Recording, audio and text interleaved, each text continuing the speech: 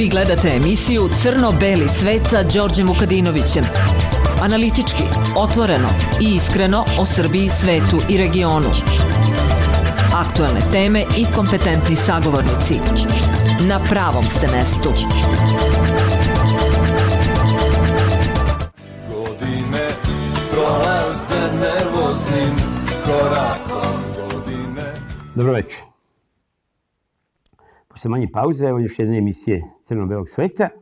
Još jedan interesantan i atraktivan gost od koga se ima šta čuti, a pored zaliko nekih drugih gostiju i moje malenkosti, i zabavan gost i zanimljiv, koji ljudi vole da gledaju i koji je vrlo popularan na ovim YouTube kanalima, a pri tome je intelektualac, profesor, što se obično za takve ličnosti vezuje i reč dosadan, a on dakle nije, i poznat je po tome što ume najkomplikovanije, složene, stručne, ekonomske stvari da objasni na jedan popularan i ljudima interesantan način.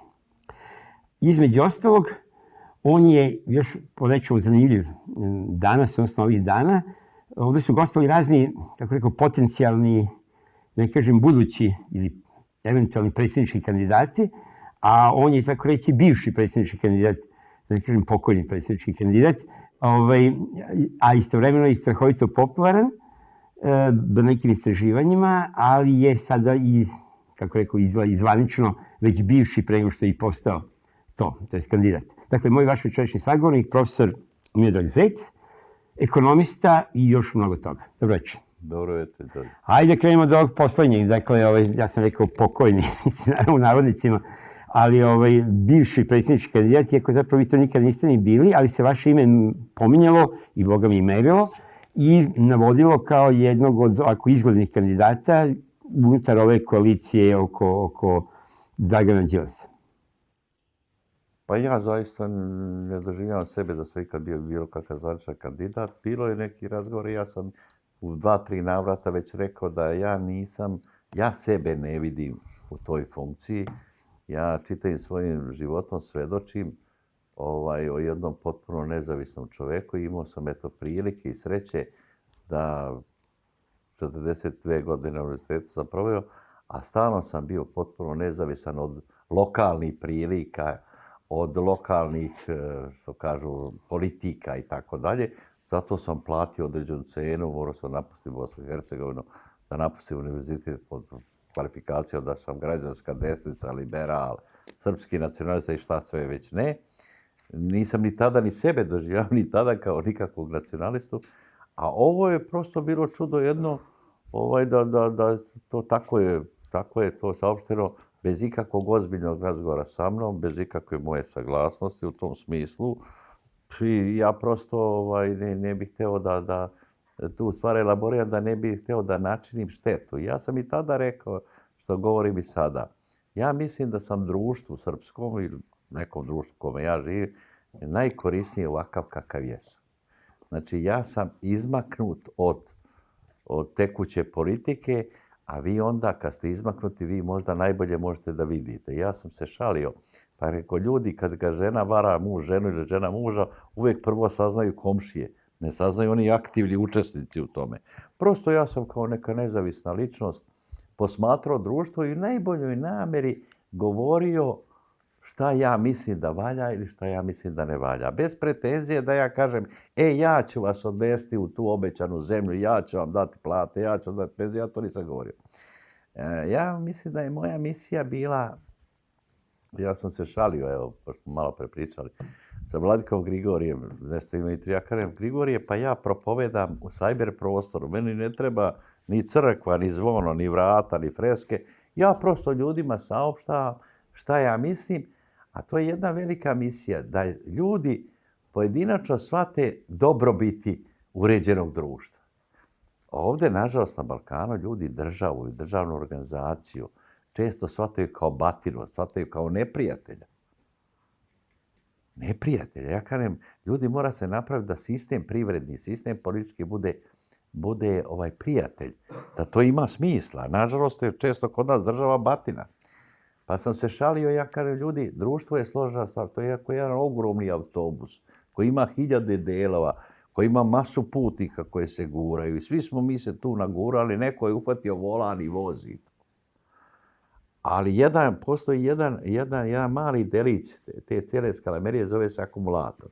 Akumulator ima plus i minus pol.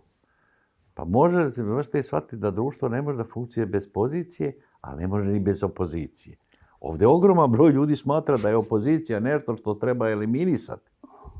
Ljudi ne shvataju prirodu podele vlasti, prirodu demokratije, prirodu kontrole, međusobne kontrole vlasti. Prirodu da se čuje glas i oni koji misle suprotno od onoga što je većinsko mišljenje u nekom momentu. Ja, nažalost, mislim da se to u ovim prostorima ne shvata. Ko hoće vlast apsolutno. A postoji staro načelo da vlast kvari ljude, a apsolutna vlast da ih kvari apsolutno. I ja to propovedam i neki ljudi kažu, ajde, to ima smisla. I to je neka moja misija. Moja misija nije da usrećujem ljude u smislu da ja rešavam probleme. Ja sam zato da se napravi sistem u kome će mi u napred poznatoj proceduri rešiti svoje probleme. Bez volje nekoga tamo. Da ja kažem, ja imam zakonsko pravo da dobijem to i to. Ne treba ja da znam portira da bi ušao u opštinu. Ili da znam predsjednika opštine. Da ja imam pravo da tada i tada dobijem to i to. Eto, to je moje neko bilo načelo. I u tom smislu, ja mislim da je dobro da postoje ljudi koji gledaju s polja. Jer kad si ti unutra, u predstavi, ti ne možeš da vidiš. To oni ne shvataju. Ne shvataju naši političari. Oni to ne shvataju dok ne padnu s vlasti. To je moje iskustvo sa političarima da niko nije razumniji i pametniji kad padnu s vlasti. Nego bivša vlast. To bar neko vreme i drži dok ponovo ne dođu u priliku da se vrate na vlast. Ali da ostanem na ovoj figuri vašoj zanimljivoj sa društvom kao autobusom. Tako? I upravo ste to za akumulatori plus i minus i da to ljudi čak uopšte, a posebno ljudi na vlasti kod nas i ovim prostorima slabo razumeju potrebu toga da bude i plus i minus. Da bez toga taj autobus ili to društvo ne može da vozi, ne može da ide napred ako nema jednog i drugog pola. Međutim, taj autobus, iz raznih drugih stvari, ima i vozača. Dakle, ako je vozač pijan, ako je vozač, ne Bože, lud ili ne zna gde ide, ili slep, ćorav, onda džaba vam je akumulator, džaba vam je i putnici, i dobri devovi, i dobar materijal, autobus će otići dođe sa sve putnicima. Hoću da kažem, nije li to možda motiv ipak bio da preispitate u nekim okolnostima drugim, da preispitate mogućnost, ipak prihvatite volana, makar privremeno, makar simbolički? Pa nije, glupo je sad, Đorđe, ja se malo neprijetno se ispod da hoćeš, nećeš, tako dalje. Ja zaista smatram da se bilo kakav posao svrsishodno ne može obavljati ako ga ne želi. Prosto mi smo raspoređeni u društvu i tako dalje. Ne možeš ti, ako si ti vezni igrač, da budeš desno krilo. Prosto je, ali ovdje je problem personalizacije politike, ovdje ljudi potpuno pogrešno. Ovdje se na Balkanu se traži vođa, traži se mesija. Traži se neko ko rešava probleme i mi ćemo doći do toga da će predsjednika države zvati ovi kad ne radi sijalica. Ovo je besmisleno, mislim. Ljudi ne shvataju da je društvo mnogo složena stvar i da treba dati mogućnost sistemsku da svako dođe do tačke da maksimizira neki svoj potencijal. Uspešna društva, to je jedna ambijentalna celina. A i teško se može ovo što se kod nas kaže, sad kad dođe mi ćemo saditi ovdje palme. Evo, posadili smo palme na Kalemegdanu. Ne vjerujem da će baš dugo trajati. Prosto nešto ne može. Kulturološka je to stvar. Ja zaista I pomoranče, je li tako? Ja ovo što propovedam, ja zaista pokušam ljude ubediti, moć je u vašim rukama. I morate glasati, morate biti aktivni, morate kritički promišljati. Morate to svoje građansko pravo, to je pravo, ali to je i obaveza da tražite šta hoćete. Nažalost, mi živimo u društvu, cijeli Balkan takav, društvo prečica. Pa ljudi misle da će se ugurati autobus kad jurišaju na autobus ko na Sutjesci. Ja sam se šalio, ja sam bio u Tokiju. Ljudi, da toliko ljudi u takvom haosu, takvoj guži, tako brzo uđe u voz. I to da se nabio, da ima onaj gurač, pa da mu zatvori vrata, on gurne one tamo da metro se zatvori. Znači, oni su organizovani. Evo jedne metafore. Sjećate se kad su Japanci poklonili neke trešnje? Pa na Trgu Republike delili te trešnje. A istovremeno bili su neke katastrofe tamo u Japanu, zemlja se otvara. Armagedon. Ljudi mirno stoje i napuštaju to. Da li je bila Fukushima? Ne znam. Moguće je bila Fukushima. Pa Fukushima, jezivo, Armagedon. Oni mirno napuštaju, povlače se pred tsunamijem i tako dalje. A ovi naši kad su jurnuli na te trešnje te, ja kažem, pobogu, brate, pa šta je sad na ovim narodom da ti jurišaš na trešnje, šta će tebi japanska trešnja? Ili na onu česnicu, recimo, kad se lomila tamo. Kad jurnu na pogaču. Meni je onako, baš dođe žao. Ja to propovedam, kažem, ljudi, brže ćemo to rešiti ako idemo po redu. Onda ovdje sa svako ima vezu. I onda opet mi se čeka u redu. Ovdje ti, ono što ti pripada po zakonu, ne možeš da rešiš, neko kao preko veze. Pa čemu onda zakon? Ja imam neku ćevabdžicu ispod zgrade koja direktno na Ćumoru je ona sazdana i ona nas potrova i tako dalje. I ja sam se šalio, a imam jednu komšiju koji je na visokom položaju u državi, u medijskoj sferi i on tu stanuje gore na vrhu. Ja kažem, komšija, daj domesimo jedan pana, evo ja ću da platim, da kažem da ja se obraćam, eto ja kao podanik, da kažem, Aleksandre Vučiću, pomozi umjesto Beograda na vodi, mi smo na Ćumuru. I zoveš policiju, zoveš komunalce, 100 zakona reguliše rad tih pečenjara i oni dođu, pojedu ćevape i odu. I misliš, šta ti da radiš? Ti si lišen svojih neki elementarnih prava, pa onda imate zakone. Ja sam se malo u to udubljivo. Ma to je 1000 članova reguliše rad tih objekata. Ja kažem, ljudi, napravite jedan zakon koji ima jedan član. Ne može neko da radi roštilj bez dimnjaka. Jedan član. Pa napravi bar dimnjak, ne da direktno kroz prozor. A ne. Što je više zakona, manje pravde, manje pravičnosti. To je poznato. Što je više pravnika, manje pravde. Ja sam skoro imao neko predanje na pravu fakultetu, kaže ljudi, što je više pravnika, manje je pravde. A i prava, i pravde i prava. Ne, manje je i prava, više je članova zakona, ali manje je prava, a pravde nema. I prosto ja sebe tako doživljam. Meni su ovdje sedeli, gostovali brojni, tako se poklopilo, brojni pravnici, advokati i stručnjaci, znači iz pravne struke, i skoro svi se slažu sa tim. I oni su zbog toga očajni, nije da su oni srećni, oni vide da to vodi u haos. Mi imamo još neke zakone iz onog socijalističkog Titovog vremena, a onda imamo i ubrzano prepisivanje ovih proevropskih. I to se sad sve u koliziji sa svim. Dakle, to je ono kao, tu su ti paragrafi pa zagrebi, a problem tome što tu može se zagrebi sa svake strane.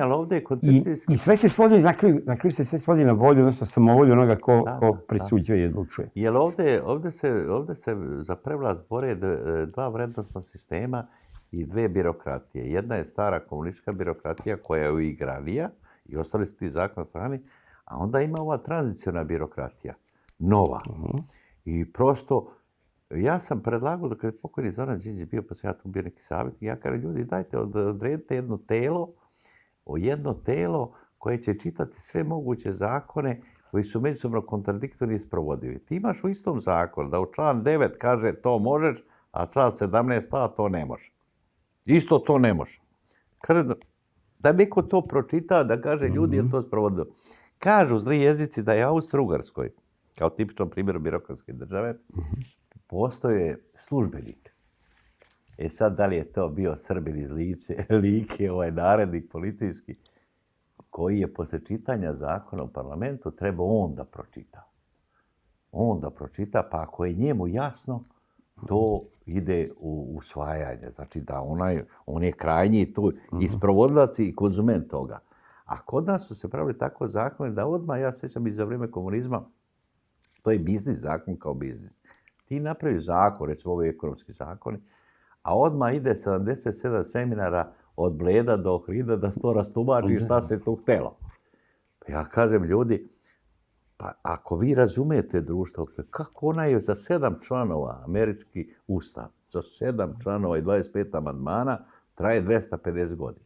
Evo, mi smo sad Znači da je dobro Mi potrebno. smo pre 2 nedelje menjali ustav, smo sve amandmane na promjenu ustava i onda su oni koji su zagovarali tu promjenu ustava kažu pa dugo se nismo kao 15 godina, već koliko je tekst na snazi. Da zastarije. Pa sam ja onda navodio im one argumente, navodnicima, iz vremena socijalizma kad su govorili to kako se stalno menja, svaki 10 godina se menja ustav, je li tako, onaj socijalistički, pa je to bio onda argument Kardeljevi ovih, pa zato što se društvo jako burno razvija, pa onda mora ustav da prati taj burni razvoj društva.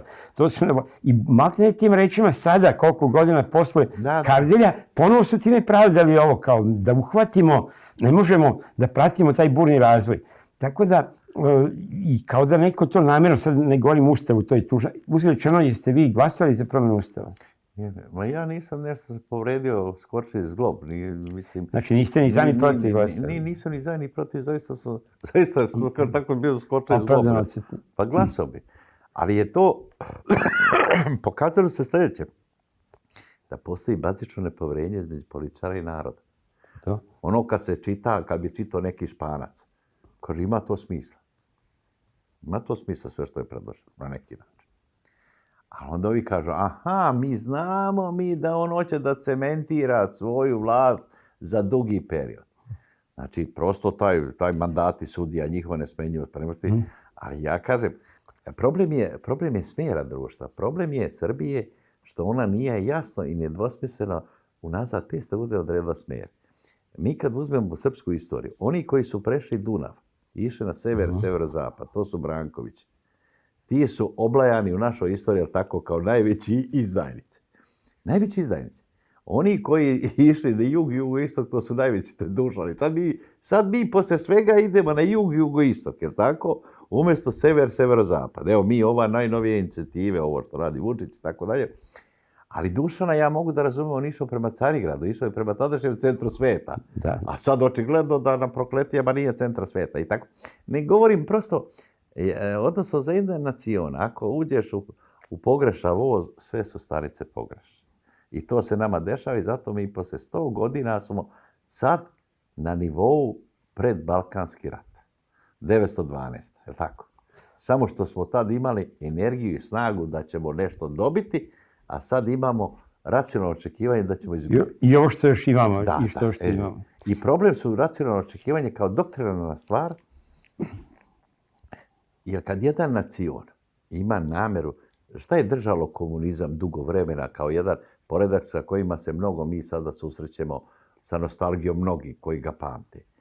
Po svim parametrima nije se tam tad dobro živjelo. Kad uzme potrošnja tople vode po stanovniku, broj kvadrata po stanovniku, broj ovoga po stanovniku, broj onoga i tako dalje. Da, to nije bilo tako idilično. Nije uopšte bilo idilično. Kao što sad ovi koji hvala. Imalo je jednu bazičnu stvar. Partija komunistička je uspjela da proizvode racionalno očekivanje da će sutra biti bolje. Moja pokojna mati, koja je bila partizana, otac je bio ratni zarobljenik, on uvijek je sumnjao u to kad je došao. On se možda ne bili vratio, nego imao je dete, on otišao za Ameriku. On kad je došao, pa meni pokojni otac priča, ne mogu čovjek da se snađe. 5 braće je bilo, ostale su 2, moj otac koji je najstariji, on je ratni zarobljenik, došao, ovi sve oduzimaju, a najmlađi je njegov brat ostao partizan Peta Krajiška. On je nama oduzimao sve najbolje ono što je bilo. Da kasnije propale. To je vaš stric, ili tako? Pa da, stric. I ja kažem, vi je jedan čaroban čovjek, ali on je bio sa 15 godina i on piše knjigu o kozarskim ofazijama sa Kozare. I počinje on knjigu sa rečenice te. Dana tog i tog 27. jula mi smo naneli veliki udarac Nemačkom rajhu, mi smo zapalili našu opštinu u Knežici. Gde u Knežici, mjesto se zove Knežica, Kriješ polje, tu je Skender Kolenović i tako dalje, ona Stojanka Majka. Ja kažem, bre, pa je tebi jasno što si ti napisao? Mi smo spalili našu opštinu, od tada Knežica nije više nikad postala opština, nema opštine. Mi smo našu zapalili, nismo mi u Berlinu zapalili opštinu. Kako smo mi naneli štetu Nemačka? To je taj problem, ali je on proizveo osjećanje da će biti bolje. I sad majka je ona bila tako isto zadojena tom ideologijom, ali ne toliko koliko ovaj stric. Pa kaže, nama su govorili da će se jesti zlatnim kašikama, pa su oni to verovali. Pa da se neće plaćati voz, pa da će svako moći da uđe u voz. Pa ja kažem, mama, To je pa kao ono, znate, iz Nikolice Bursaća. Pa pa to je taj kraj. Kad majci svoje objašnjava. Ja kažem, pa mama, to se ostvarilo, sad vozovi tako sporo idu da niko ne plaća karte, ulazi i izlazi kako hoće. Znači, taj cilj je ostvaren. Ali je ostalo u narodu da će sutra biti bolje i delimično je bilo bolje. Ti si imao urbanizaciju, imao se ljudi doveo u gradove, prvi put to tekuća voda, okupali su se, radili su i tako dalje, i tako dalje. Sada Srbija je u najgorem položaju ikada u svojoj istoriji. To ljudi nisu svesni. Ajde, malo to objasnite. Pa zato što je Srbija živjela na dotoku ljudskog kapitala. Ne bi Srbije ni bilo posle Prvog svjetskog rata i Drugog svjetskog rata da ogroman jedan srpski prostor nije pohrlio u ovu danas što se zove Srbija i jedna velika država koja je privukla oficire, inženjere, diplomate i tako dalje. To je bio osnov rasta. Sada je Srbija je bila jedna od najvećih zemalja sa početkom veka imigrantska zemlja uz Ameriku. Ne znam da li to je bilo poznato. Imigrantska. Da, koje sam useljavao. Sad je Srbija danas imigrantska zemlja. Sad stanovništvo čak i Beograda stagnira i pada. A plus toga što ima ogromno fiktivno stanovništvo. Pa ja znam pola Republike Srpske ima ličnu kartu u Beogradu. Oni ne postoje tu. Oni su sada u Torontu. Ali oni se vode kao stanovnici ovdje. Oni su u Minhenu, oni su u Banjoj Luci, ali oni svi... Mi ne znamo uopšte koliko nas ima. Mi dve stvari ne znamo. Mi ne znamo koliko nas uopšte ima. To je najveći problem. I ono što je problem našeg političkog sistema, mi nikada nismo napravili model da mi znamo šta je većina, a šta je manjina u političkom smislu. Mi to nikada nismo saznali. U kom smislu? Pa u smislu da mi imamo jednu organizovanu militantnu političku manjinu koja nameće trend i da imate jednu razdrobljenu, ćuteću, poniženu većinu koja ne glasa, koja je predmet manipulacije, koji se to ili se tiče ili ne tiče. Tako da, pa evo sad uzmi referendum.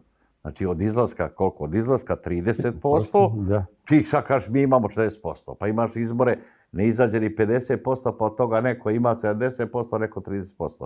Mi ne znamo šta je većina, šta je manjina. Ja mislim čak da bi trebalo zakonom obvezati ljudi da glasaju. Kao što imaju Grci. Da, ja isto mislim da bi trebalo uvesti obavezno glasanje. Prosto ljudi ne shvataju da je to jedna ogromna stvar i svi se naknadno nešto žale i tako dalje. Pa neko kaže ne glasam, nemam za koga. Pa uvek ti kad uđeš u prodavnicu, ima prodavnica gde se rade virše i ćevape, a ima gde se rade zubaci. Ali uvek možeš nešto da kažeš, možeš na kraju da glasaš za manje zlo. Ako nema onoga što ti smatraš. Pa ja mislim da ta priča neće glasati za manje zlo je zapravo jedna loša i antipolitička fraza koja nas dosta skupo košta. Pa i u životu uvijek birate manje zlo, pa ne ženiš se ti najlepšom devojkom ili momkom. A i ne znam šta znači najlepši. Ja sam bio toliko zaljubljen da sam se ja oženio najlepšom i najboljom ženom. To je druga stvar. To je subjektivni osjećaj. To je subjektivni osjećaj. Znači nije svačija majka najlepša, niti svaki tata najjači.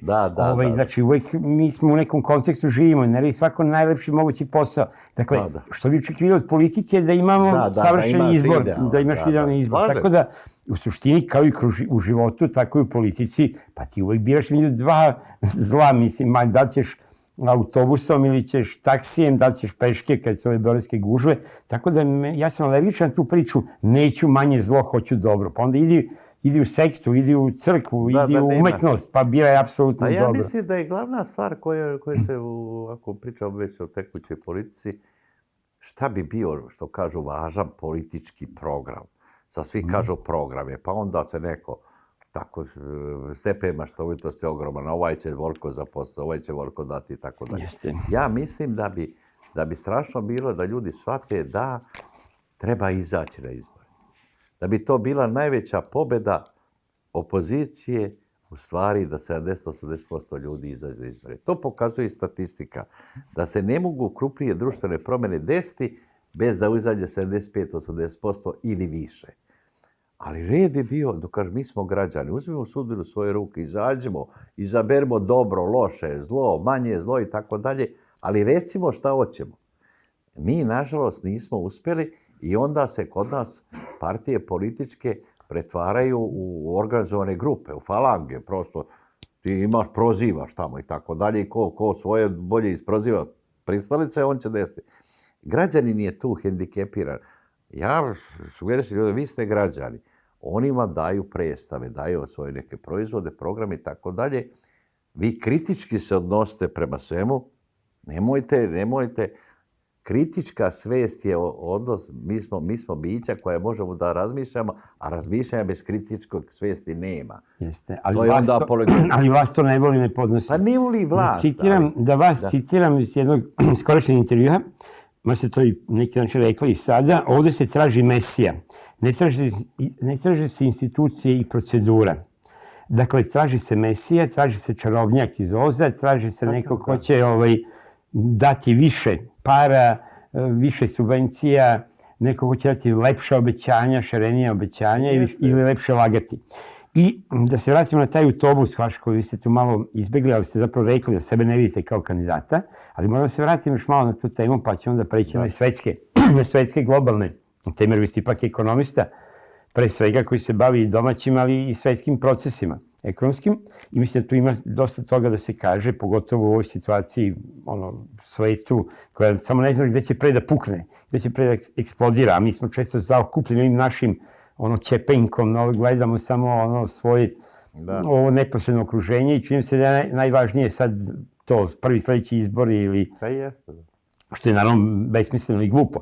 A to malo i ta politička elita namjerno drži građane u nekoj vrsti zatupljenosti, rekao bih. Bilo kako bilo. Dakle, šta vi mislite, kako se može preokrenuti taj trend to da se prestane tražiti Mesija, da ljudi počnu da poštuju te institucije i proceduru, da shvate da će pre ući autobus ili metro kojeg nemam, ali svejedno, ako se drže reda, a ne guraju i jedni i drugi tako blokiraju. I zar ne mislite da bi neka možda nova politička garnitura, koja nije, da ne bude to samo zamena Kurta Murtom, što treba se desiti da bi stvarno došlo do takozvane promene sistema, ovaj kanal se i zove između ostalog promena sistema, a znamo da je to jako teško i vaša duga, kako rekao, istorija i karijera, i kroz komunističke i ove tranzicione decenije pokazala je da je sve lakše promeniti sem sistem i sem navike. A pritom ne želim da prihvatim i to da smo mi sad nešto kao nepopravljivo i beznadežno zaostali i da mi ne možemo da lepo ulazimo mirno u autobus i da moramo da se guramo i bijemo oko tih japanskih trešnji ili oko česnice. Ako razumeli ste šta pitam. Da, razumem. Pa to što kaže, to je pitanje za Milodora. Ja mislim da su dve ustanove strašno zakazale.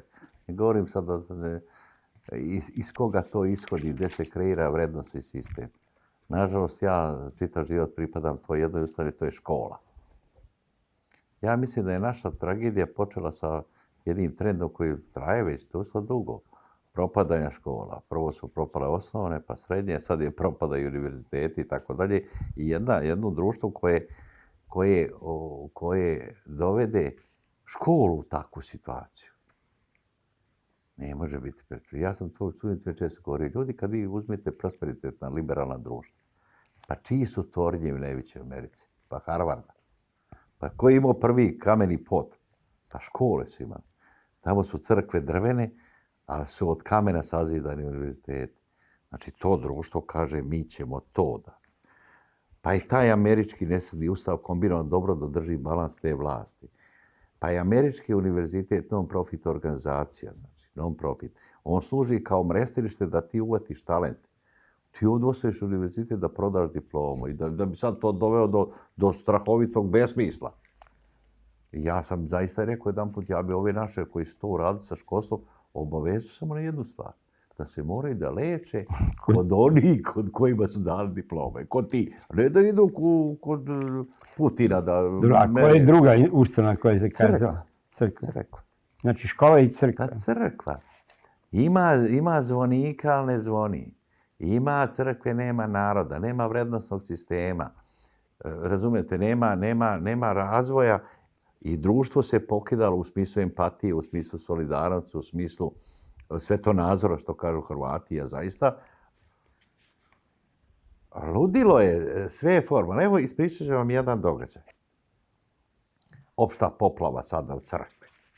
I to u Republici Srpskoj.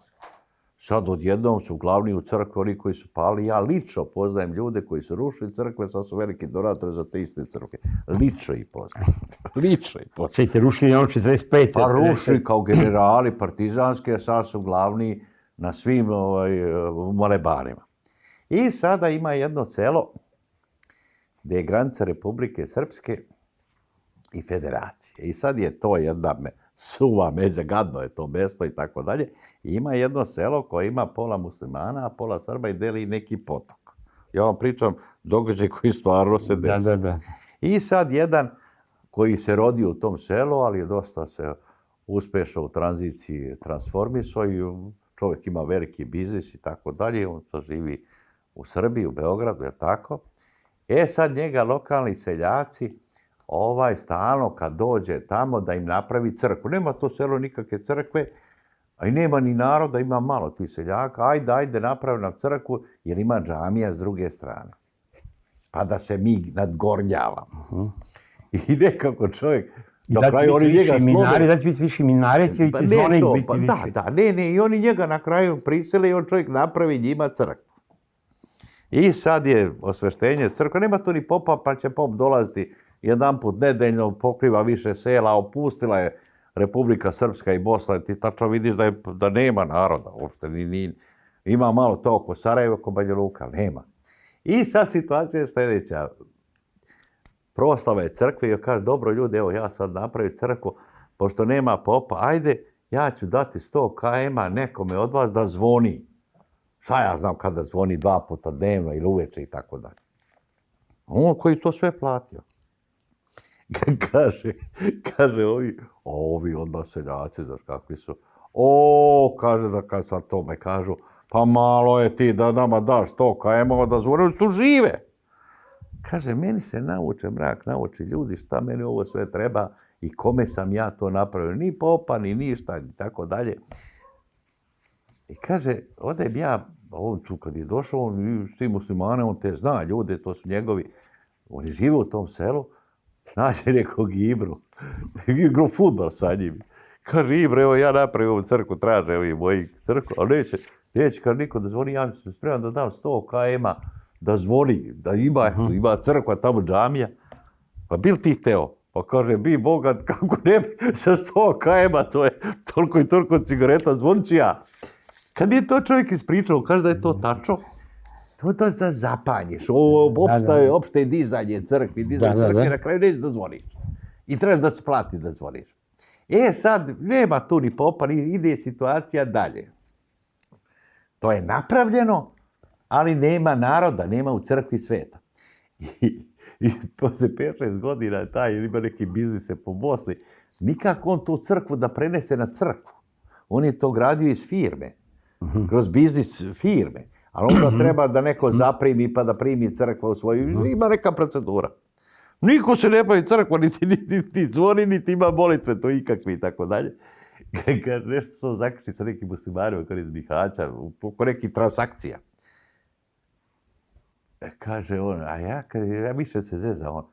Kaže, ja tebi više ne mogu dati nikakav kolateral, nego da mu da crkvu.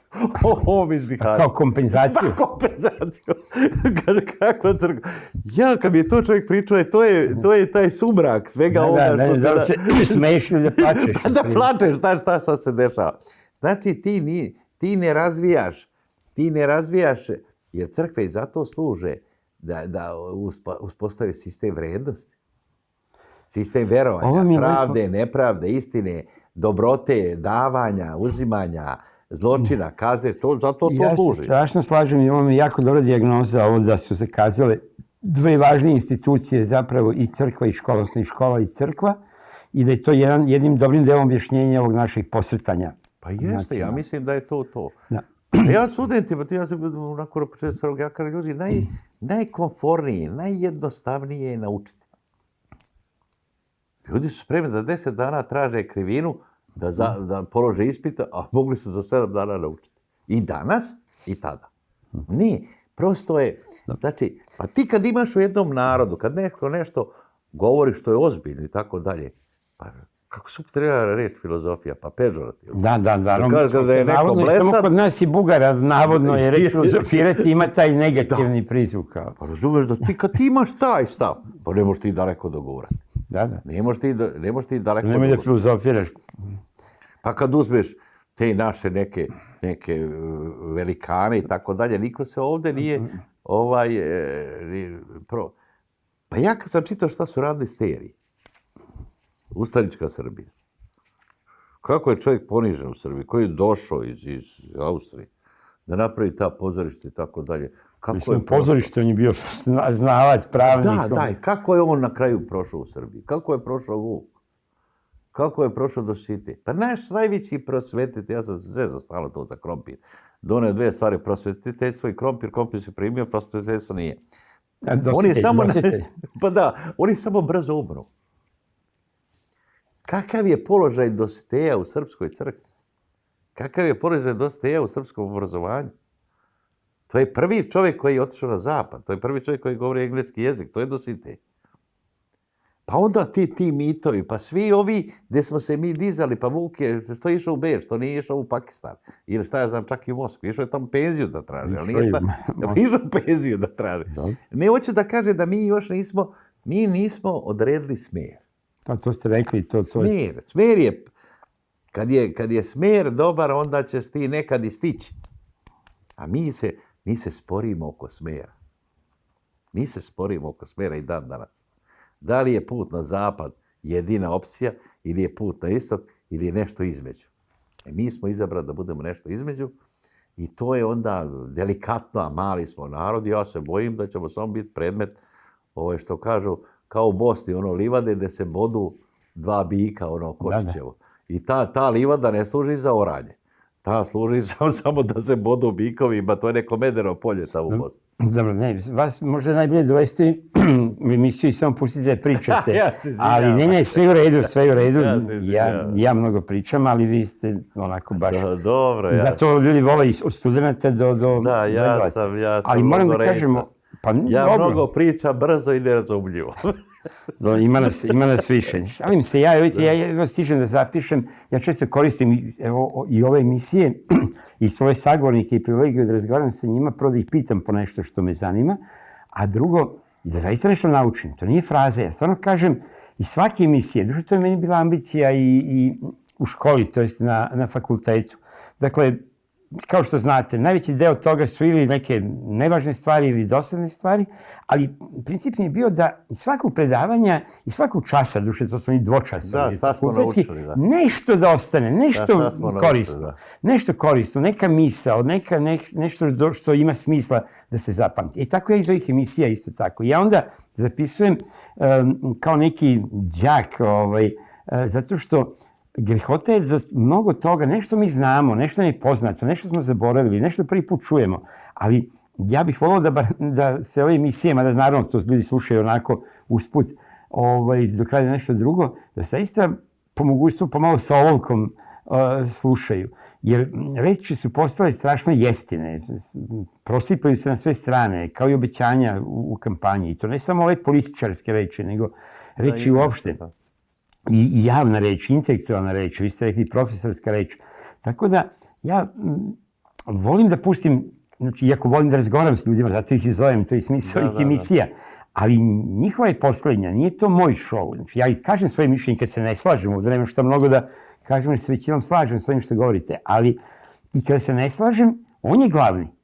Ti si tu svake nedelje, tako, pa možeš, imaš i druge načine da kažeš šta misliš, ali gost je kao u dobroj kući, dobroj domaćinskoj kući ili u kafani, da ne kažem, gost je možda nije uvijek u pravu, ali gostova mora da bude poslednja. Ali moje tu da potpitam. Dakle, sad me vrlo, onako, srbi jezik da pitam, dobro, 2 puta ste rekli da još nismo odredili smer, to je tačno, a šta je po vama taj smer? Koji je bio taj smer? Kojim bi mi kao društvo trebali da idemo?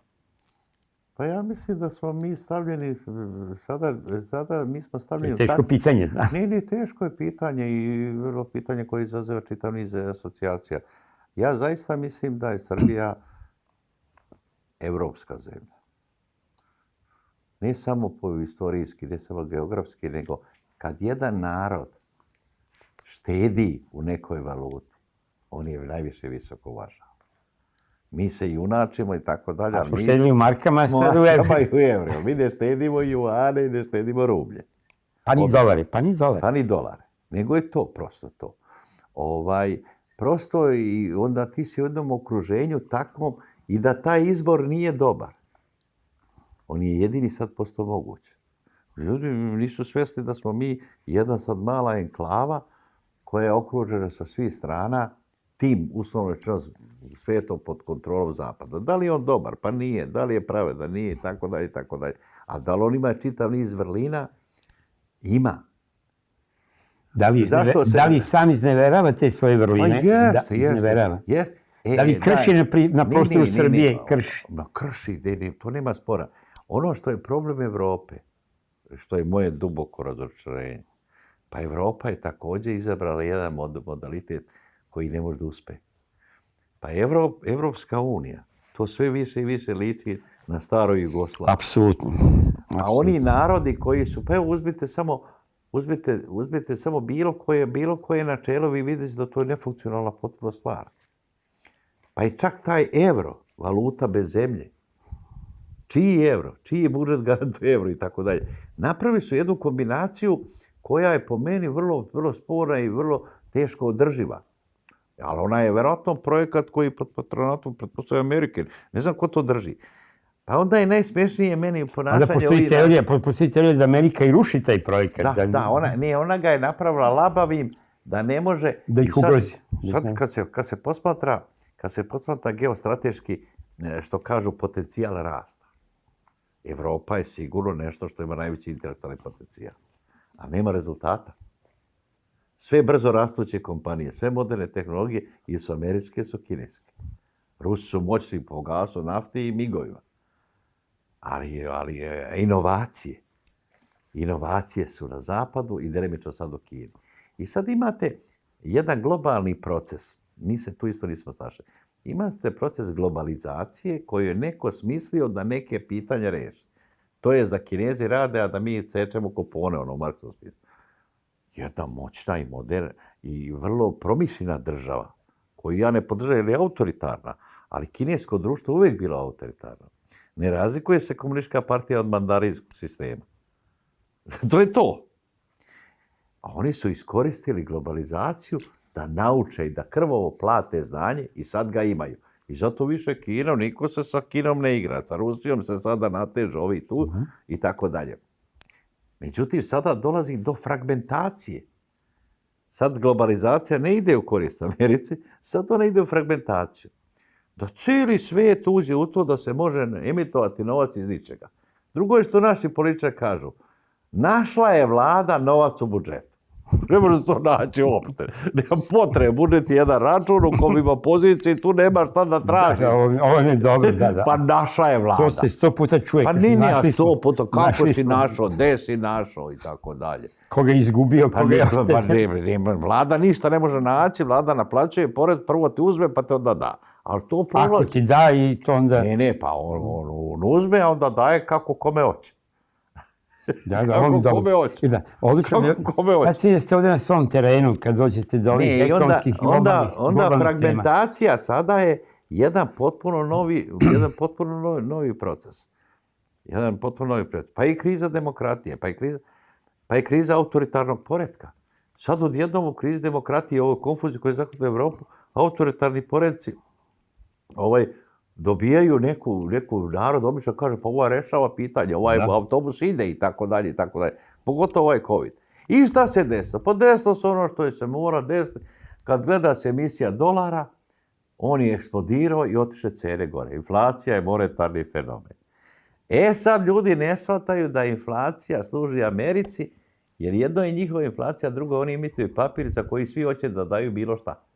Još uvijek. Kad bi oni prestali da daju naftu za dolare, Amerika bi se zamislila. Ili evro. I sad ja gledam ovo po regionu, pa skoro sam bio nešto. Hrvati, ovi evropski fondovi, to je kao neka misterija, nju je zahvatio sindrom bivše Jugoslavije. Ima neki fondovi u Beogradu savesti za razvoj. Nema, to ne postoji. Onda potpuno je ludilo zavladalo da ti svaki dan čitaš novinama da neko može rudarenjem otkriti Bitcoin. Pa šta može, pa može trošiti struju, stvara se utisak da su neke važne stvari. Realni, to će posebno pričati, da li se ono ili sa nekim drugim ko se razume u materiju, ali meni to deluje apsurdno da ti trošiš realni resurs, znači nešto realno što je moralo mnogo toga truda da se uloži da bi se proizvelo, na primjer, ta struja, od uglja, preko radnika, preko pravljenja i to trošiš, plus ta elektronika, da bi dobio šta, proizveo neku vrednost koja je ne znaš šta je. Novac je razmenska vrednost. Novac sam po sebi nema vrednost. To naravno važi i za dolar i za ove druge. I Bitcoin važi za... Ali ima jedna mala razlika. Iza dolara stoji 6. flota i što ja znam i američka sila. A iza ovoga stoji softver. A ne zna se čiji je softver i kad će biti isključen. Upravo tako. Znači, ovdje stoji neka sila. Ali dobro, morat ćete naći, Bitcoin je misteriozna stvar i prosto je to teško objasniti. Imamo mi previše tema, ali nije loše, evo, bar ovo da kažemo, da je to čardak ni na nebu ni na zemlji. Pa potpuno je svijet zahvatno ludilo. Tehnologija nije produbila ljudsku misao. Ona je samo proširila broj konzumenata. I vi imate sad problem, recimo ja i vi smo proveli čitav život prosto. Ja se sjećam kad sam se oslanjao sam na sebe. Koliko je to znanje teže steći ga, a to traje. Primjer radi, ja se neko večer vrati iz pozorišta, pa ne mogu se nešto se zaboravio za neke historijsku stvar koja je tamo bila. Ja imam knjige sve te skupa. Meni bi trebalo 2 sata, ja otprilike znam u kojoj je polica, koja knjiga, na kojoj sred da ja to provjerim. Ti sad kucaš. Ti dobiješ utisak da je znanje bezvredno, zato što je lako dostupno. Ja kažem ljudima, a šta ćete kad Google ugasi? Ja tvrdim, ja sam se to osvjedočio u Pekingu, da se pola ljudi neće znati vratiti kući. Neće se vratiti kući, znam. Ja sam to se osvjedočio, pa neka stigla u Zadar umjesto u Valenciju. On nema nikakvu predstavu. Ja ne koristim tu tehnologiju, koristim je vrlo, vrlo selektivno, jer hoću da imam, ja sam vizuelac, ja prostor Evrope, sam prešao do Google-a, nije ni bilo. Ti sad kad kucaš, recimo, hipotetički kolima Knin, znate šta vam se prvo otvara? Pa otvara se Knin iznad Praga, isto se zove Knin. To se prvo otvori. I sad ako ti ne gledaš da li je to na sever, a ne na zapad, da je ovaj naš Knin, ti ode preko Mađarske. Nemaš ti predstav. I zato se ja divim tom fundamentalnom znanju koje je nastalo iz čistog uma. I struda koje košta nekog meni je ko je Berkshire, ko je obi zemlje kad je Ptolomejo napušteno, da on sa 2 štapa, 2 senke, kaže 42.000 ide za koliko. Nije promoći za 500 km. Ti sad konzumiraš znanje koje ti ne znaš njegovu prirodu. Pa onda deca su sva ja imam unučicu, one su na tabletu. Pa ja mislim da se kognitivno čovjek više razvija ako jaše štap, ko što smo mi jahali u detinjstvu i zamišljaš da si Besni, Rolando ili Kraljević Marko. Ti se igraš sa mašinom koja je stostruko jača od tebe. Ti si u pasivnom položaju. I 1000 takvih stvari i zato nema prodora, recimo, u čistoj misli, u filozofiji. To je stagnacija, decenijska stagnacija. Pa nema čak i u matematici. A po meni su 2 osnovne nauke, ko to zna, taj sve može znati, to je matematika i filozofija. Sve ostalo je izvedena stvar. Znači, ti prosto si sada hendikepiran, a misliš da si nagrađen. Tako da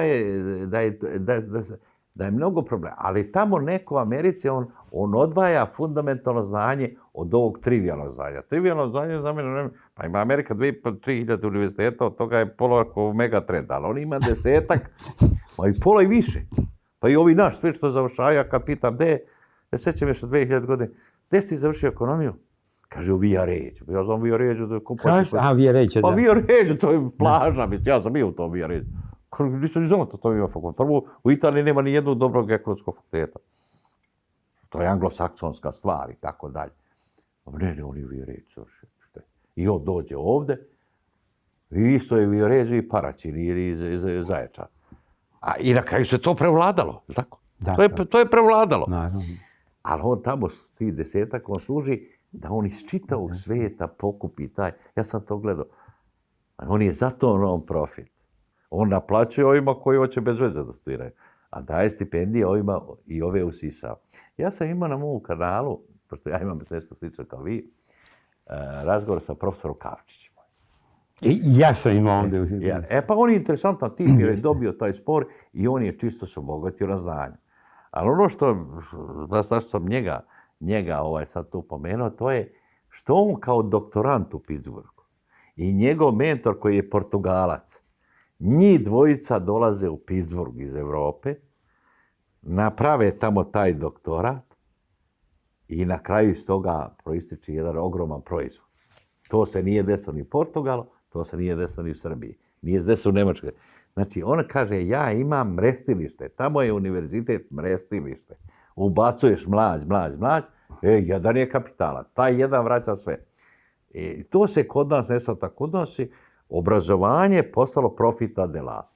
Pa to je po prirodi stvari nemoguće. Jer ti proizvodiš novo znanje i ti ne znaš šta ćeš dobiti. Ne postoji, nije to cipela. Ja vam kažem, tu sad često naše muke su dosta slične regionalnim, ali ovdje kada je reč o obrazovanju, tu smo nažalost šampioni u negativnom smislu. Da. U Hrvatskoj nije tako, moram da vam kažem. Dakle, to je Bosna, to je Makedonija, to je Kosovo.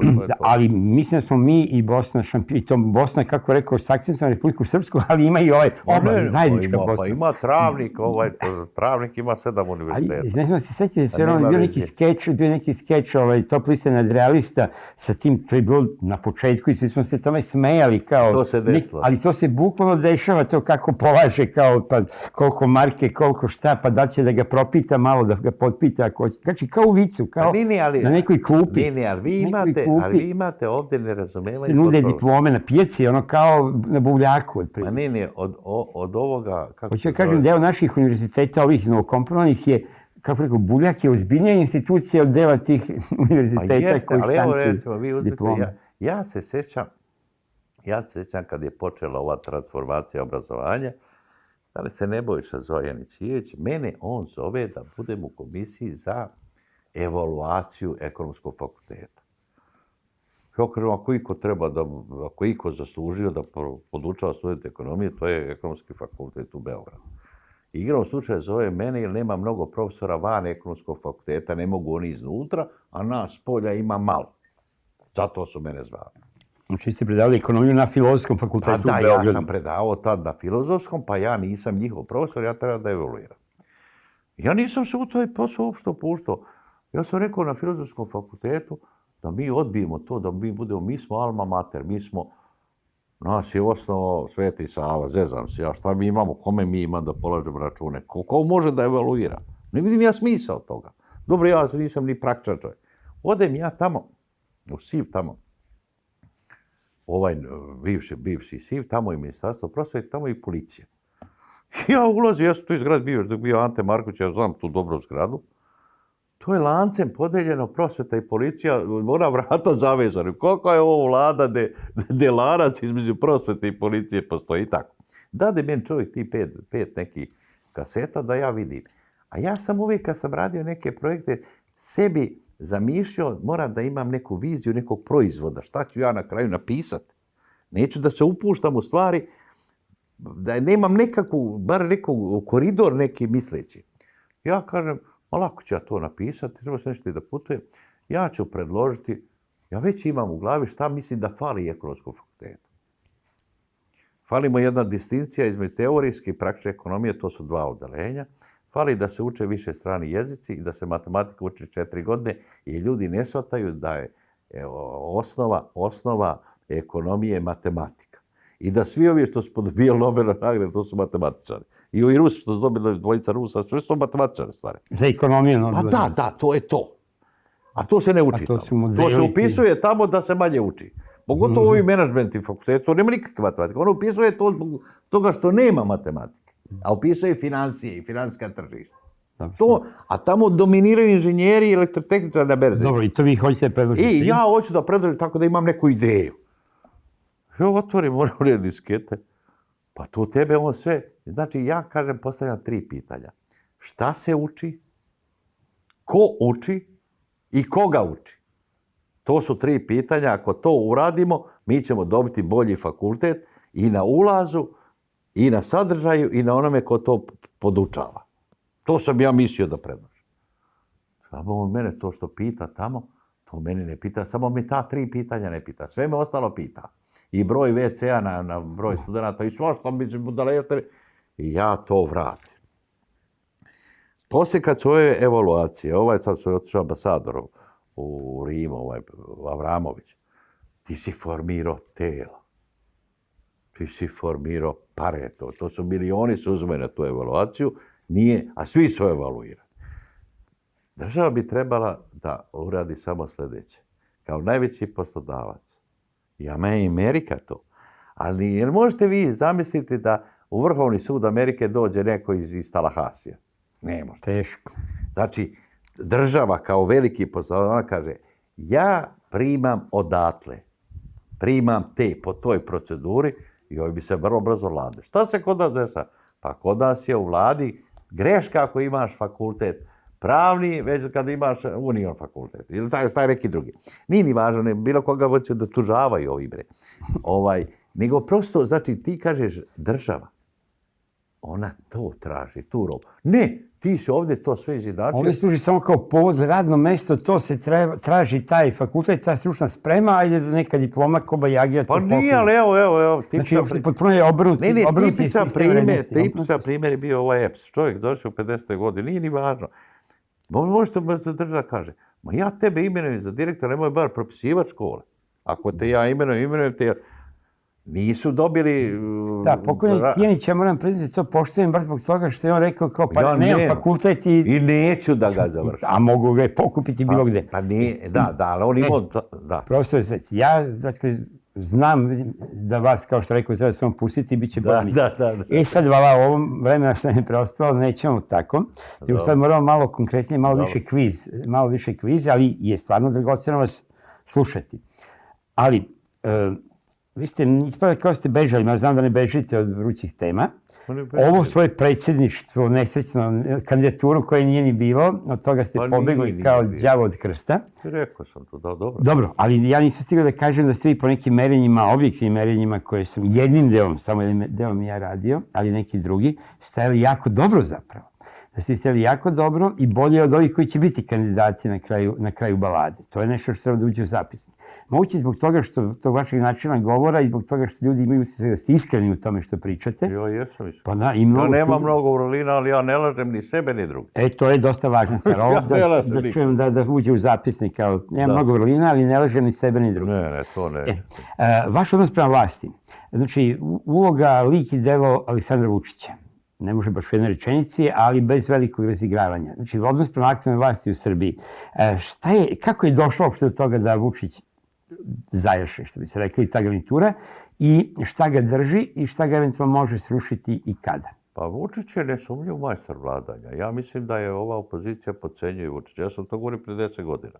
On je čovjek obučen da vlada. On ima strasti da vlada. On ima energije da vlada. On bi mogao biti veliki reformator da je to izabrao. Nažalost, ja mislim da je izabrao pogrešan put. Ja mislim da je Vučić... Kad je bilo one protesti kad su počeli. Da vam sad ispričam jednu priču. Samo kratko.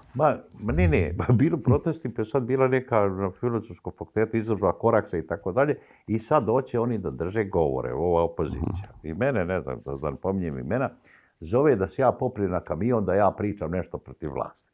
I on kaže, ljudi, gdje ću ja na kamion, ja sam predebeo pašću s kamiona, nema šta, nisam ja za kamion. Neko najbolje vi da snimite sve Vučićeve govore od 1992. godine do danas, ne postoji čovjek koji bolje polemiše sam sa sobom od Aleksandra Vučića. Ti da se u so pretvoriš, ti ne možeš sa njim nadgovornjavati se kao on sa sobom. Samo da ti to ukrstiš. Koga god ste popire, čovjek priča i tako je pukli protesti. Jedan priča o pčelama, drugi o Kosovu, treći o poljoprivredi. Razumijete, i bez veze to. I rekao sam sad to da rekao, imam jednog čovjeka koji je idealan za to, za kamion, za govorance, to je profesor Čeda Čupić. Njega kad poprete na kamion dok ima benzina, on ima govor. Taj govor je revolucionarni, on je čovjek rođen da drži te vrste govora. Znači, ja mislim da je Vučić osvojio masu da je destruktivno koristi, da će se sam urušiti pre nego ovi drugi i da je on... Misli će preurušiti nego što će ga srušiti opozicija. Da, on je krenuo u proces urušavanja.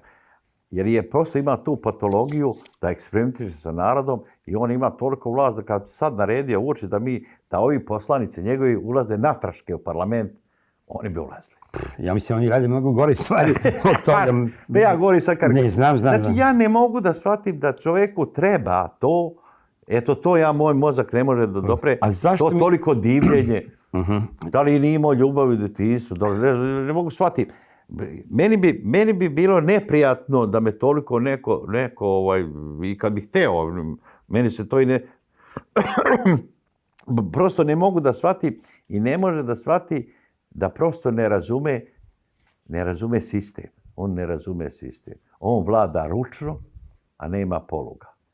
I daj da vozi i šta. I sad okružio s takvim ljudima i sad priča 3 dana na televiziji kako je uštedio sa Rusima toliko i toliko miliona, a ovaj zapali bager i to je duplo više miliona. Izgori. Znači, za meni čovjek zreo. Ja sam se uvek želio da se okružim ljudima kao saradnicima koji su bolji od mene.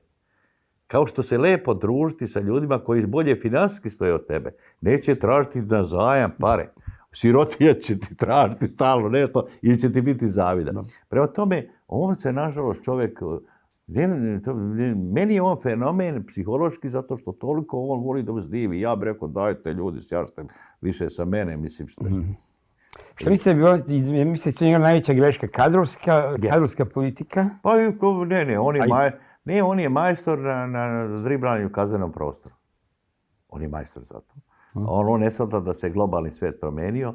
Tito je driblao u kaznenom prostoru, a taj kazneni prostor je bio sa 2 velike tribine posmatra koje su bile ravnopravne. I ja lično mislim da je politika nesvrstanosti u kojoj se kunu, da je to američki projekat, da to nije naša izmišljotina. Kad sam došao do tog saznanja? Kad sam bio u muzeju Karla Marksa, pa ima gore na vrhu, na 4. spratu u Triru, koliko je bilo komunizma 45. To je crveni svijet, cijela Azija, crvena Kina, Indokina, Vijetnam, sve to. I očigledno naservamo sve. Ti nisi mogao odjednom da te okreneš protiv Staljina, nego si preko 3. puta u stvari utjecaj Moskve se smanjivo i Tito je tu odigrao veliku ulogu. Tito je čovjek grace perioda. Kad je grace period prošao, mi smo upali u dugove. Tito je umro na vrijeme i ekonomski i politički. Pa da je on dočekao Reganovo vrijeme i ovo raspad Sovjetskog saveza. Pa šta misli da bi to tako bilo? To nije više bitan bio nikome. Prošlo bi kao Čaušesku. Da, pa ja mislim. A Vučić igra na kinesku kartu, igra na rusku kartu. I ima predstavu da je Srbija važnija za svijet nego što jeste. I prosto je meni žao zato što mislim da on ima toliko energije da je mogu i kreativno da to... Da zaista bude reformator.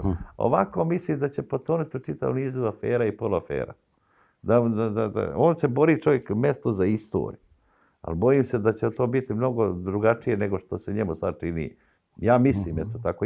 Ja sam neutralan. Ja nisam od onih ljudi koji bilo koga mrzi. Ja mogu da shvatim, ja pokušam da ga razumijem. Ja ne vidim šta mu to treba. Shvatam. Pa, ti ispadaš smiješan, ti porađaš i abortiraš i sve radiš ti, bre, i seješ i žanješ. Što bi to radio? On ne shvata blagorodost sistema, da ljudi svojom voljom rade u tom pravcu. Ti možda držiš bič i da oni veslaju. Čim si ti okreš, on neće da vesla, on vesla kontra. I to se njemu već dešava. Da, to je očigledno. I on to negdje ishvata, Pa što je radio to? Pa što je radio to?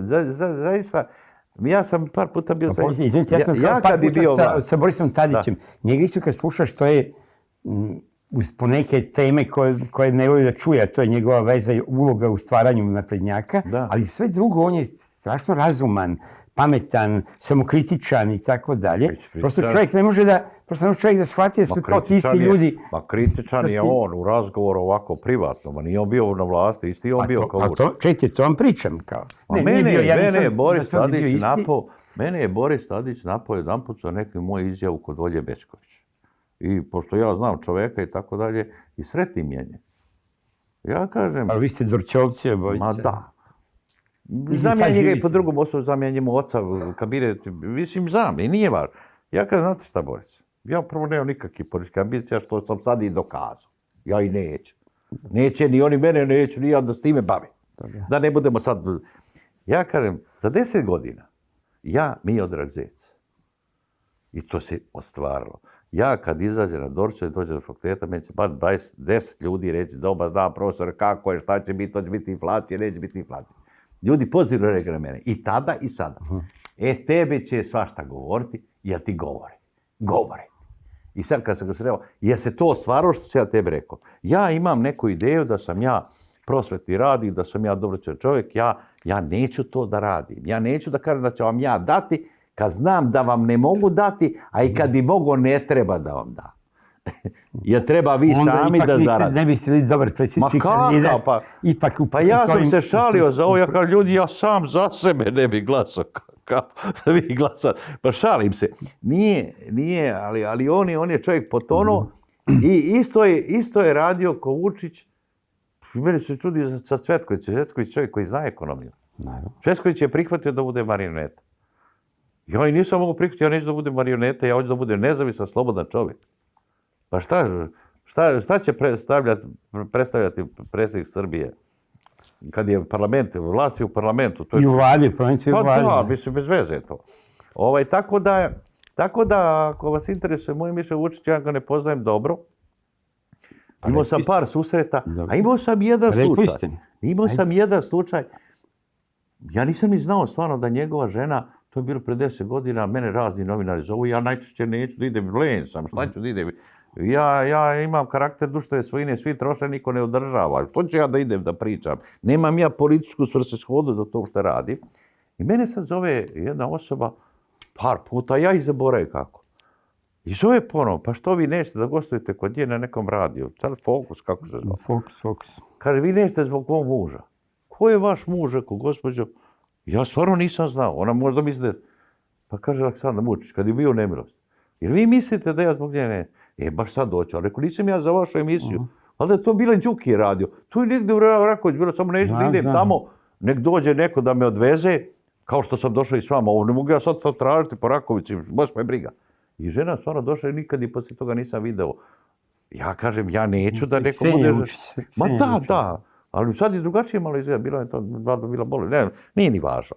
Znači, ono što bi moja poruka Vučiću, njemu bi bilo najbolje, u njegovom interesu, da proširi, da olabavi društvo i da pokrene društvo, da kažu, vi ćete nešto uraditi za sebe u uslovima kojima mi... Mislim da se to kasno, to je možda mogao posle prošlog mandata imao taj trenutak najkasnije, sad mislim da je to prošlo voz. Kako god.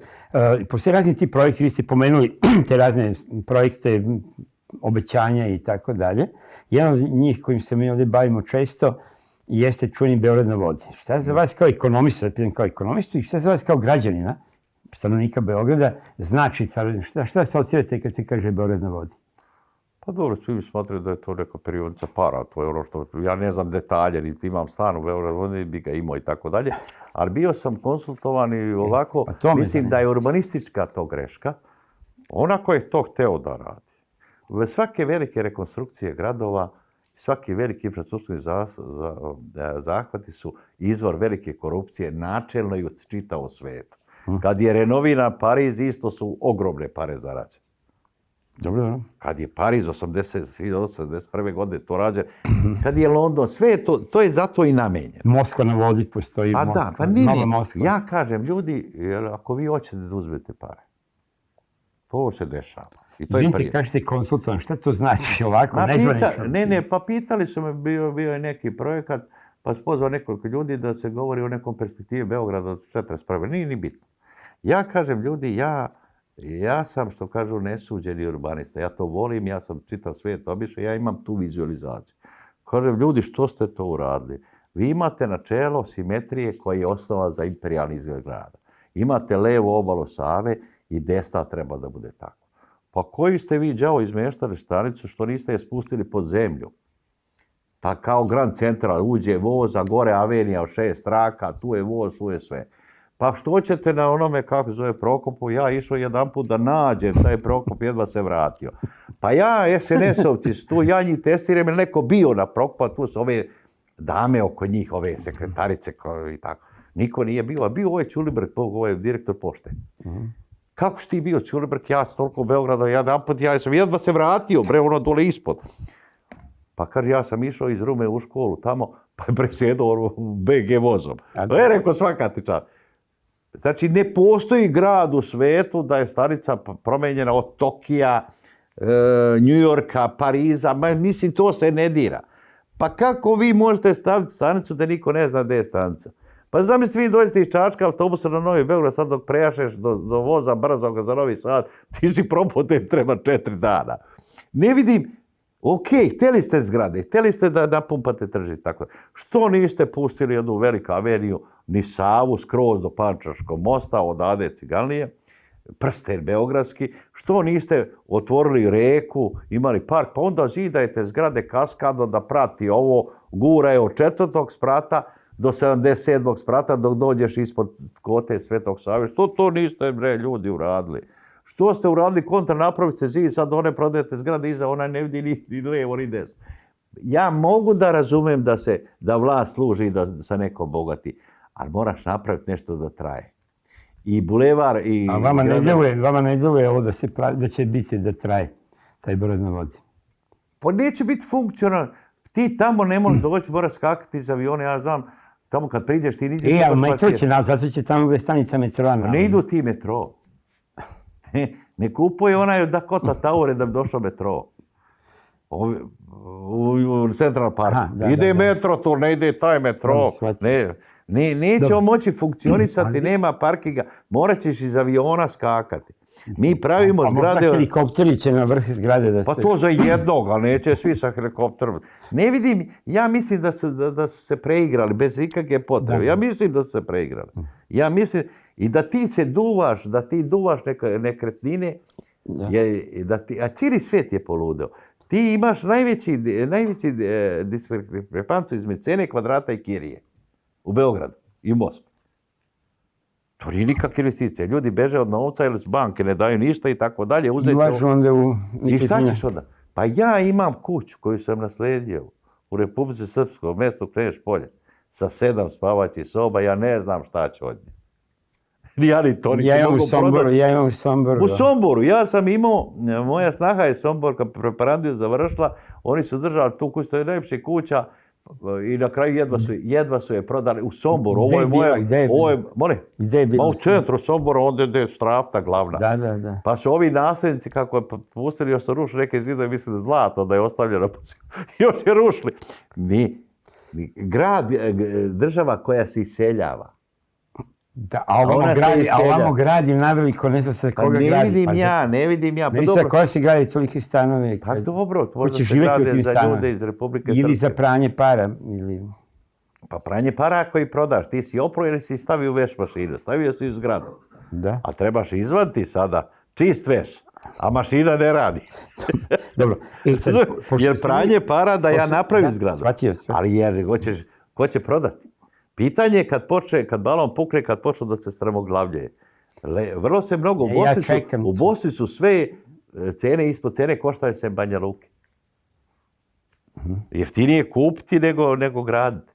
I ja mislim na dugi rok je to, neće to, daj Bože, jer to zavisi od Beograda. Beograd je počeo da stagnira.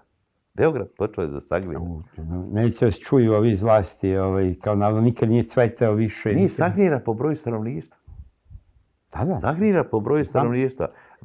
Pa u mojoj zgradi, gdje ja živim u Beogradu, centru Beograda, samo ima 4 familije, svi su ostali iz inostranstva. I problem je kad odeš, kad pukne cev, iznad mene žena je kupila stan, to je starija zgrada, ona živi u Ženevi. Ja nisam ni znao da je prodat stan. Igrom slučaja mi se zateknemo kaplje u kupatilu. Majstor je došao, ostavio vodu. I ta sam vidio da jedino radi interventna policija, da je to jedan organizovan sistem. Prvo dođe žandarmerija, ta interventna. Provali stan? Neće onda provali stan. On je odmah došao, ali ja moram da nađem onoga ko ovlašteno provaljuje stan. Pa smo 2 sata našli koji ima licencu da provali stan, neće policajci da provaljuju. Kad smo provalili stan, ajde da vidimo vodu, kad ne može unutra, imali ovlašćeni vodoinstalater. 5 sati je to trajalo. Ona živi žena u Ženevi. Ona ove godine nije ni došla. I čemu to služi? I u Beogradu vodi isto to, ne možeš organizovati čišćenje, ne možeš ovo, ne možeš ono. Na kraju neće da plaćaju. Tako da... Ali da, a i sad tu, pošto ste vi globalni ekonomiste, pratite te globalne cokove, ta veza, znači jedno je ovo funkcionalno, infrastrukturno, to ste rekli, nešto između nekog rugla ili između promašene investicije i u perspektivi propale investicije zapravo, mada sad ne djeluje tako. Pa ne može propasti kad su tuđi domaći džabe. Sad kako može propasti? Ja sam bio sa stanovišta grada, ne sa stanovišta grada i države promašene investicije. Ne, ali ja sam prosto... Ne sa stanovišta vlasnika. Ja sad govorim sa stanovišta mog neke urbanističke vizure. Da. Ja sam prošao sveta i vidio sam lepe gradove i znam kako se pravi lepi grad. Ja kažem, hoćeš Nemanju da staviš. U redu. Hoćeš. I treba. Ali ne meri se značaj jedne ličnosti tonažom, već našim sećanjem. Da 90% ulice ne zna ni ko je Stefan Nemanja, ni kad je rođen, ni šta je radio, ni čemu je značajan, a ti meriš tonažom. Pa što ga nije stavio na Slaviju kad je već skinuo Tucovića? To sam ja isto. Da, Slaviju, pa da se vidi sa svih strana, nego je stavili ga nekako ukoso, pa on gleda onaj porno bioskop, onaj tamo bio partizan, Nemanja. Pa rekao, ne, on je čovjek ipak sveta, neće onda gleda u to, zezam se. I sad ispod Nemanjinog spomenika ne može nikako tramvaj sad da skrene za Banov brdo. Mjesto da je kružni tok saobraćaj ni to. Pa jeste vi vidjeli onu zgradu, ja mislim da je to neki turistički centar, neki infocentar ispod Nemanje. Ima. Ja odem tamo kod majstora neki, pa to je agregat koji diže nivo kanalizacije. Znate to? Ne, prvi put. Pa na sred onog trga, Savskog, najvećeg trga, ima jedna zgrada kao pola ove kuće nakon. Koliko spomenika? Pa od spomenika 30 metara. Dobro. Prema bioskop Partizanom bivšem. Dobro. I ja tamo unutra, ja mislim da prodaju da infocentar. Da, nešto oko... To su agregati, jer on je nisko, dole, kanalizacija mora da je baci gore metar. Pa kada ljudi, neko Nemanje klozet da napravite, pa stvarno nema smisla. Mislim, smrdi kanalizacija. Ne mogu da shvatim, znači, hoćeš to da praviš, u redu. Mogu taj voz da podvučeš, da prođe tunelo i da gore imaš ulicu, da prođe kao Holand tunel, onaj u Njujorku. U Njujorku voz dolazi do 42. ulice. U Viktorija stanica. I ovo pokazuje zašto ste vi tako omiljeni i profesor i gost na ovim emisijama, jer vi umete od svega napravite eto, i, kako rekao, šalu, ali istovremeno šalu koja govori mnogo više. Primjera radi, evo, ako već hoćete to, danas sam razgovarao nešto s Prigorjem. Autoputevi, koji sad su kultna stvar. Ajde, čujemo to. Kultna stvar. Prvo, nemamo saobraćaj za autoputeve, nemamo kapaciteta da to platimo. Isećemo Srbije. Evo ovaj Moravski koridor. Šta će se desiti? Šta se dešava oko Čačka? To su mali posjedi. To nije ranije da su master planom definisali da ne prave kuće. Sad se desi da on, seljak, s jedne strane kuća, s druge strane štala. Autoputa. I da mora iz 20 km da dođe u svoju baštu. Jer je prosto to, usitnjeno je sve. Mjesto da je pravio brze ceste, na jednom nivou, da je uzbrdo 2 trake i to bi sve rešilo. Sve bi rešilo saobraćaj. Naravno, ali to je ta megalomanija od Beograda na vodi do tih autoputeva, to znam, pričao smo. Ta megalomanija je, brate, megalomanija totalna, potrošit će pare, neće imati ko da ide. Pa ja idem za Zagreb, tu nema dovoljno saobraćaja. Ima pred Zagrebom, ima do Šimanovaca. Pa ja kad pređem u Hrvatsku, ja do Slavonskog Broda... Ja mislim da se autoputevi prave jednim delom zbog pranja para, a drugim delom zbog možda nekih drugih koji će tim putevima jezditi, a to nismo Srbi ni Hrvati. Pa ova pruga je kineska pruga. Ja sam to rekao, šta će našim putnicima 200 km na sat, mislim, iz Beograda do Novog Sada? Pa za Kineze. Pa naravno, da bi njihova roba mogla brže da ide za Nemačku. Pa jest. To znači da je Kinez jedna ozbiljna narod. Jesu. Ali mi smo neozbiljni. Ja sam bio u Skupštini, kada smo mi usvajali te zakone, ja sam tad isto pitao i rekao otprilike ovo što sad kažete i vi. Ja isto mislim da mi imamo robe za kombija, a ne pravimo vozove. Za kombi. I još nešto, ja nemam ništa protiv toga, neka Kina gre. Ali onda neka Kina izgradi, ne da ja uzimam kredit od Kine da bih ja gradio nešto što treba Kinezima. To je jako važna stvar i to je posebna tema. Pošto moramo definitivno da završamo, ali ne mogu da završim s vama, a da ne pitam nešto što je, kako rekao, tema ovih dana, a kojom se mi okupljeni ovim svojim glupostima ne možemo ozbiljno baviti kao država. Hoće li biti ovog rata? Kako beše ono iz filma? Hoće li biti ovog rata? Ja mislim da je Rusija, ako mislite za Rusiju? Rusija, Pa Ukrajina. Rusija je priterana u zid, ja ne znam da je, jer ja sam opet vizuelac. Ljudi shvataju ovdje na Balkanu kad kaže Rusija je velika država. Pa jeste velika, ali ekscentrična. Ono što je važno. Ja sam se zatekao na granici Brest-Litov.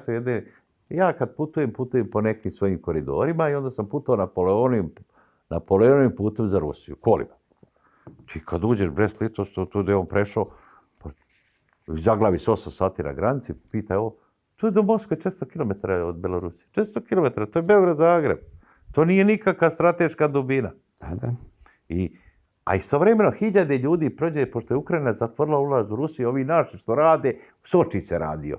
Oni idu čoveče skroz gore u Poljsku, pa tu ulaze, pa 3.500 km do Sočija se vraćaju. Rusija je začepljena sa svih strana. I ona, ja mislim da mora da se tu brani. Ona nema stratešku dubinu prema Moskvi. Shvatio. Mislim, nema. I dakle, ko forsira to? Da li, kao što čujemo u svetskim medijima, Putin zapravo samo što neće napadne sirotu i nevinu Ukrajinu, ili zapravo neko gura Ukrajinu u sukob da bi uvukao Rusiju i Putina vrat? Kako je meni sad teško orijentisati, ja mislim da je Ukrajina na kraju će biti žrtva. Neko reče će se tući do posljednjeg Ukrajinca, da će se Zapad boriti. Neće se oni tući, ja mislim da će oni predati, da će oni bežati u Nemačku, oni će na kraju svi kod teta Angele. Ja sam rekao to jednom, neće se ne možete braniti, kakav braniti?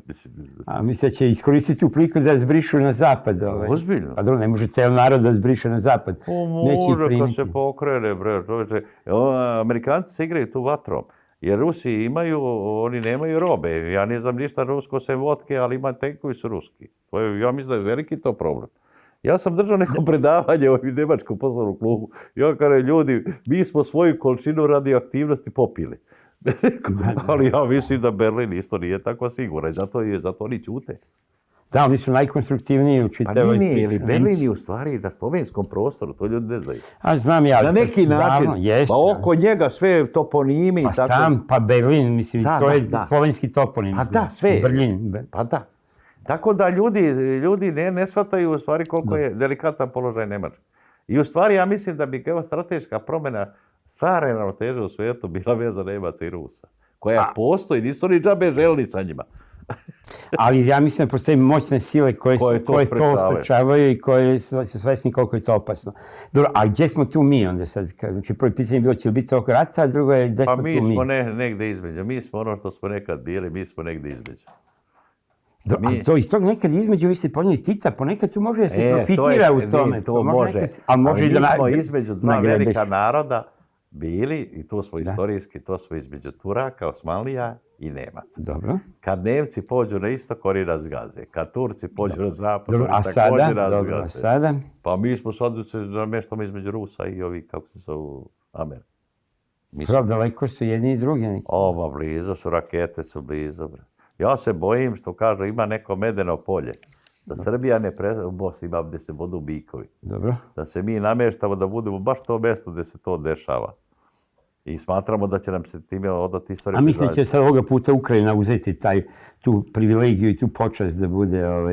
Pa dobro, da. Da to bude medeno polje? Ne znam, to su zaista te geostrateške stvari u smislu rata i tako dalje. Ja mogu o tome da pričam, ali to je zaista...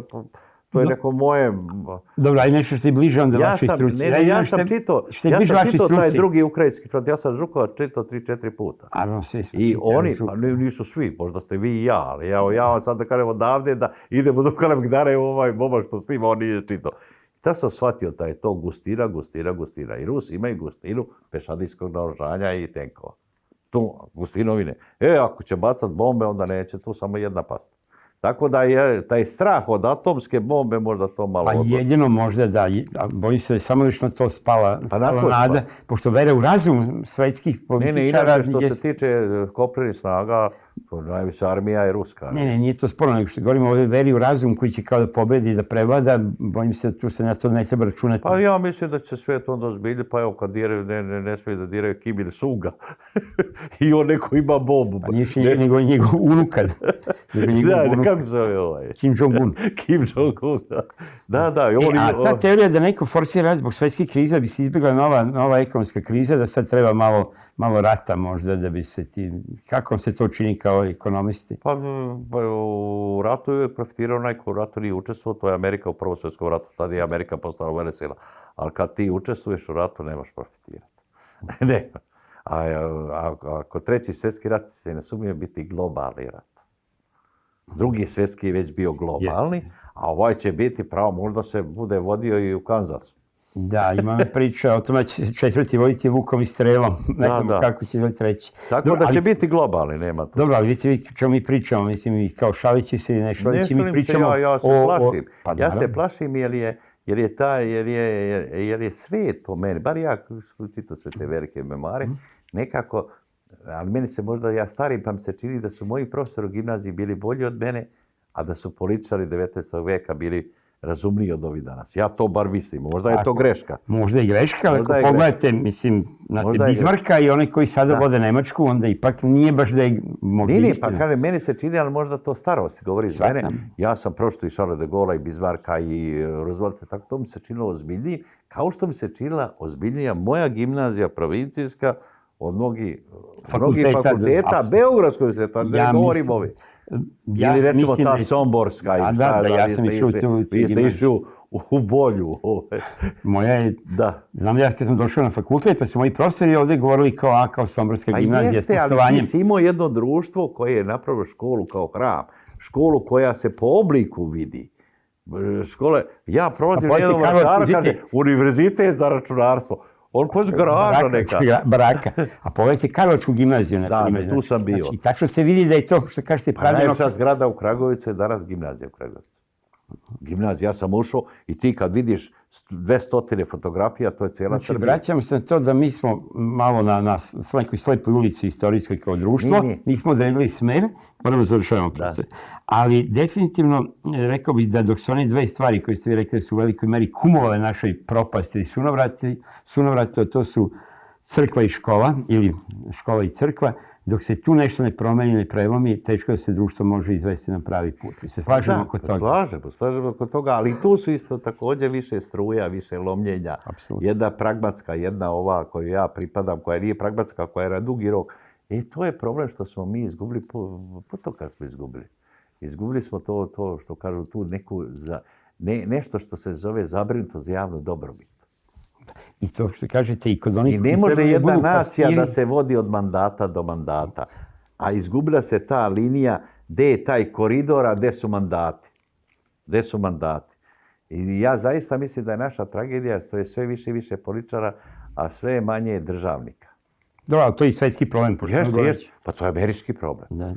Jer ajde ovo što se nama desilo, ti kad više i Njemačko i ovo, to na kraju postaje smiješno. Pa i Francuska. Pa i Francuska. Ti kad vidiš simbole države u Francuskoj. Znači nije to samo starost, mislim, okej, nema ništa protiv i tog argumenta, ali pogledajte De Gaulle, pogledajte Mitterranda i pogledajte Macrona. Da, ovaj jednako malo.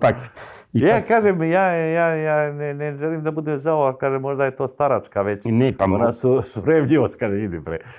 Ne znači da je sve gore, daleko od toga da je sve gore, ali neke stvari su definitivno gore. A rekao i pre svega ljudski materijal. Možda je tehnologija napredovala, ali ljudskost baš i nije, ako se ne kaže. Pa da, ali ima sve više informacija, sve manje znanja. Pa to je to. Naravno smo samo zagrebali teme razne, ali mislim da je i ovo bilo dovoljno da ljudi shvate i zašto ste tako popularni. I kod svojih studenta i kod naroda. Dobro, to si merio, možda nije tako, možda ima drugi. Pa niste mi brato tetke, niti ujak da bih vas dizao mirno. Uopšte mislim da i drugi su našli slično. Da. Ali mislim da ste obrazložili, mada ste malo bežali od teme, zašto niste kandidat za predsjednika? Nisam kandidat zato što svako, ja sam zaista, s tim stvarno da završim, ljudi ne budu shvatio. Da bi nešto uspješno radio, moraš da to istinski želiš. Ja sam želio da budem profesor, ja sam želio da se na taj način odužim što kažu to često, da kažem, ljudi, ja rekoh i spasi svoju dušu. Ja nisam da vas teram, da vas pretim, da vam dajem mamac. Ja nisam, evo vam 50 evra, glasajte za mene. Ja nisam taj čovjek. Razumijete? Ali mislim da i ovaki kao ja imaju neko mjesto u tom ekosistemu ili političkom sistemu ili bilo gdje. Jer prosto svako treba da radi ono da vidi sebe, a ja zaista, pokušam ljude da ubedim da je u njihovom interesu da to radi. Ne u mome, da mene kaže, vi mene dovedete pa ću ja da vas nahranim, napojim i učinim sretnim. Ne mogu. Ja znam prvo da je to nemoguće. A ja da lažem a i štetno i svakako, ali mene bi bilo sramota da lažem zato što ja smatram, prvo ja nisam toliko verziran, ja bi zaboravio što sam lagao danas, pa i ovi majstori lagarije, i oni se često... Pa evo Vučić koliko puta se zbunio. Što ste vi ne Vučić? Imao sam ja razgovor sa Koraksom, a Koraks protiv Vučića. Dobro. Ja kažem, Koraks, ja mislim da ti njega ipak voliš. Kad on eksplodira. Ne, ja nemam tu vrstu strasti. Ja pokušavam zaista da razumem i meni je njega žao zato što mislim on da se malo dublje zamislio, mogao je on ostaviti dublji trag nego što će ga ostaviti. To sam, što kažu, spreman da prisegne.